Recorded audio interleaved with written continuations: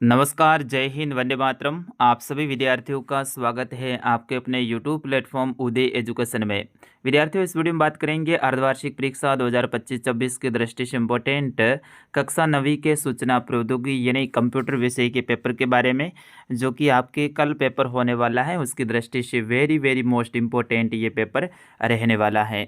विद्यार्थियों, इस वीडियो को अंत तक देखें, इसे ज़्यादा से ज़्यादा शेयर और लाइक कर दीजिए। आपका अपना चैनल है। चलिए पहले प्रश्न की ओर बढ़ेंगे। पहला प्रश्न है, कंप्यूटर से जुड़े सभी भौतिक भाग जिन्हें देख सकते हैं वो छू सकते हैं क्या कहलाते हैं? विद्यार्थियों, आप भी बताइए। कंप्यूटर के ऐसे भाग जिनको अपन आंखों से देख भी सकते हैं और उनको हाथ टच भी कर सकते हैं यानी छू भी सकते हैं, तो वो क्या होते हैं? Software, hardware, program. तो बिल्कुल ईजी है। उन्हें हार्डवेयर कहते हैं। बाहर जो पार्ट होते हैं उन्हें क्या कहते हैं? हार्डवेयर। और सॉफ्टवेयर क्या होता है? जो एप्लीकेशन होती है अंदर, उसे क्या कहते हैं? सॉफ्टवेयर कहते हैं। और प्रोग्राम भी उसके अंदर ही होते हैं। चलिए अगला है, विंडोज़ में किसी फाइल को डिलीट करने पर वह फाइल कहाँ जाती है? विंडोज़ के अंदर कोई भी फाइल है अपन डिलीट कर देते हैं तो वो कहाँ जाएगी? डेस्कटॉप पर, माई कंप्यूटर में, रिसाइकल बिन में, या उपयुक्त सभी? तो विद्यार्थियों, उसको डिलीट करेंगे तो वो कहाँ जाएगी? रिसाइकल बिन में जाएगी। एक ऑप्शन आता है रिसाइकल बिन, एक फ़ोल्डर आता है, उसके अंदर चली जाएगी। फिर वहाँ पर 1 महीने तक रहेगी। अगर उसको अपन वापस लेना चाहे तो वापस भी ले सकते हैं, ठीक है ना? तो वो कहाँ जाएगी? रिसाइकल बिन में। ऑप्शन स रहेगा इसका सही आंसर। अगला प्रश्न है, कंप्यूटर को बंद करने की क्रिया क्या कहलाती है? शटडाउन, रीस्टार्ट, स्विच ऑफ, व दोनों? तो उसे क्या कहते हैं? आप तीसरे का आंसर दीजिए। बंद करने की जो प्रक्रिया है उसे शटडाउन कहते हैं। और रीस्टार्ट, ये अलग अलग ऑप्शन है। तो इसमें रीस्टार्ट का मतलब है एक बार बंद होने के बाद भी वापस दोबारा चालू होगा, जैसे अपना मोबाइल अपन करते हैं रीस्टार्ट। और तो ये दोनों ही रहेगा, ठीक है ना? ऑप्शन अ व ब दोनों। तो ऑप्शन द इसका सही आंसर रहेगा।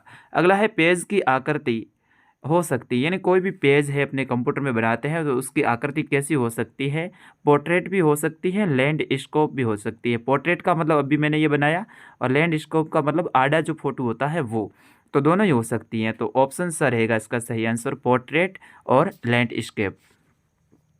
अगला प्रश्न है, नेटवर्कों का नेटवर्क कहलाता है, नेटवर्कों का नेटवर्क है वो क्या कहलाता है? तो उन्हें कहते हैं अपन इंटरनेट। इंटरनेट होता है, ये क्या होता है? नेटवर्कों का भी नेटवर्क होता है, यानी इंटरनेट। ऑप्शन द रहेगा इसका सही आंसर। अगला प्रश्न है, बाइनरी डिजिट क्या होती है? बाइनरी डिजिट क्या होती है? तो यह डेटा की सबसे छोटी इकाई है जिसे 0 या 1 के रूप में अपन लिखते हैं। इसे क्या कहते हैं? बाइनरी डिजिट कहते हैं, यानी इस डेटा की सबसे छोटी इकाई होती है। अगला है, प्रथम पीढ़ी के कंप्यूटर में हार्डवेयर के रूप में किसका उपयोग किया जाता है? तो प्रथम पीढ़ी के जो कंप्यूटर है विद्यार्थियों, उसमें हार्डवेयर के रूप में वैक्यूम ट्यूब का उपयोग किया जाता है। किसका? वैक्यूम ट्यूब का। अगला प्रश्न है, ENIAC और EDVAC कंप्यूटर की किस पीढ़ी के उदाहरण हैं? तो ये दोनों ही कंप्यूटर हैं, ये प्रथम पीढ़ी के उदाहरण हैं। कौन सी पीढ़ी? प्रथम पीढ़ी के उदाहरण है। अगला प्रश्न है, विश्व का प्रथम माइक्रो प्रोसेसर कौन सा है? विश्व का प्रथम, तो विश्व का प्रथम माइक्रो प्रोसेसर है वो इंटेल 4004 है, जो कि 1971 में आया था। तो उसका क्या नाम है? इंटेल 4004, यानी 4004। विद्यार्थियों, अभी तक आपने हमारे चैनल को सब्सक्राइब नहीं किया तो चैनल को सब्सक्राइब कीजिएगा, साथ ही वीडियो को लाइक ज़रूर कीजिएगा। अगला प्रश्न है, भारत का पहला सुपर कंप्यूटर कौन सा है? तो परम कंप्यूटर था, जो कि भारत का पहला सुपर कंप्यूटर था। कौन सा? परम। और परम 8000, ठीक है, ये भी आप ध्यान रखना। अगला है, आईसी का पूरा नाम क्या है? आईसी का पूरा नाम क्या है? बिल्कुल, इंटीग्रेटेड सर्किल। इंटीग्रेटेड सर्किल इसका पूरा नाम है। 12वां प्रश्न है, स्पीडोमीटर, घड़ियाँ, विद्युत मीटर, थर्मामीटर आदि किस कंप्यूटर के उदाहरण हैं? बहुत इंपॉर्टेंट है ये दोनों, ये सभी आपको ध्यान रखना है। स्पीडोमीटर, घड़ियाँ, विद्युत मीटर और थर्मामीटर ये किस कंप्यूटर के उदाहरण हैं? तो बिल्कुल आप भी बताइए इसका आंसर क्या होगा? एनालॉग कंप्यूटर का उदाहरण है। कौन सा? एनालॉग कंप्यूटर का उदाहरण है। 13वां प्रश्न देखिए, कीबोर्ड की कुल कितनी फंक्शन कीज है? कीबोर्ड की कुल कितनी फंक्शंस की हैं? तो 12 की हैं। कितनी है? 12। F1 से लेकर F12 तक आपने देखा होगा, F1 F2 ऐसे ऊपर 12 तक लिखे होते हैं, तो वही होती है कीबोर्ड की कुल फंक्शन कीज़। अगला है 14वां कि राम और रोम का पूरा नाम बताइए। बिल्कुल ईज़ी सा है, ये हर बार आता है आपके एग्ज़ाम में। राम का मतलब होगा random access memory, random access memory, और रोम का होगा read only memory, read only memory. अगला है डब्ल्यू का आविष्कार किसने किया?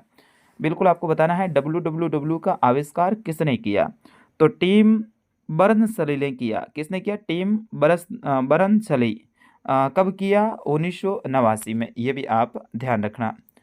अगले प्रश्न की ओर बढ़ते हैं। 16वां प्रश्न है, कोई 6 इनपुट डिवाइस के नाम लिखिए, प्रत्येक एक लाइन में वर्णन भी कीजिए। इनपुट डिवाइस, तो इसमें आप लिखिए माउस, कीबोर्ड, ठीक है। इस तरह से कुल आपको 6 लिखने हैं, और इनके बारे में लिखिए। माउस है वो बार होता है, इनसे फंक्शन को चला सकते हैं अपन। उस तरह से कीबोर्ड है, इससे अपन उसके अंदर कोई भी चीज़ ऐड कर सकते हैं, लिख सकते हैं, डिलीट कर सकते हैं। तो इस तरह से प्रत्येक के बारे में एक एक लाइन लिखनी है। अगला प्रश्न है, माइक्रो कंप्यूटर किसे कहते हैं? इसके कोई 4 उदाहरण लिखिए। तो आपको बताना है माइक्रो कंप्यूटर किसे कहते हैं, और इसके 4 उदाहरण देने हैं। फिर उसके बाद में अगला है, कंप्यूटर की कोई 4 विशेषताएं लिखिए तथा प्रत्येक का एक लाइन में वर्णन भी कीजिए। 19वां प्रश्न है, एनालॉग कंप्यूटर और डिजिटल कंप्यूटर में कोई 2 अंतर बताने हैं। और 20वां प्रश्न है, सुपर कंप्यूटर की विशेषता बतानी है। सुपर कंप्यूटर क्या है, उनकी विशेषता बतानी है। 21वां प्रश्न है, कंप्यूटर का ब्लॉक डायग्राम बनाइए जिसमें पूर्णतः नामांकित किया गया हो। तो ये आपको कंप्यूटर बनाना है। कंप्यूटर का एक क्या बनाना है? डायग्राम बनाना है। डायग्राम का मतलब होता है एक चित्र बनाना है, और इसके प्रत्येक पार्ट को आपको लिखना है। जैसे कि कंप्यूटर की जो स्क्रीन होती है, माउस होता है, फिर उसके बाद में कीबोर्ड है, इन सभी के आप नाम भी लिखिएगा। और अगला प्रश्न है, वेब ब्राउज़र किसे कहते हैं? इनके कार्य लिखिए। वेब ब्राउज़र किसे कहते हैं? तो वेब ब्राउज़र जिसमें अपन किसी भी चीज़ को सर्च कर सकते हैं, सर्च इंजन होते हैं, उन्हें वेब ब्राउज़र कहते हैं। जैसे कि गूगल, क्रोम, ठीक है ना?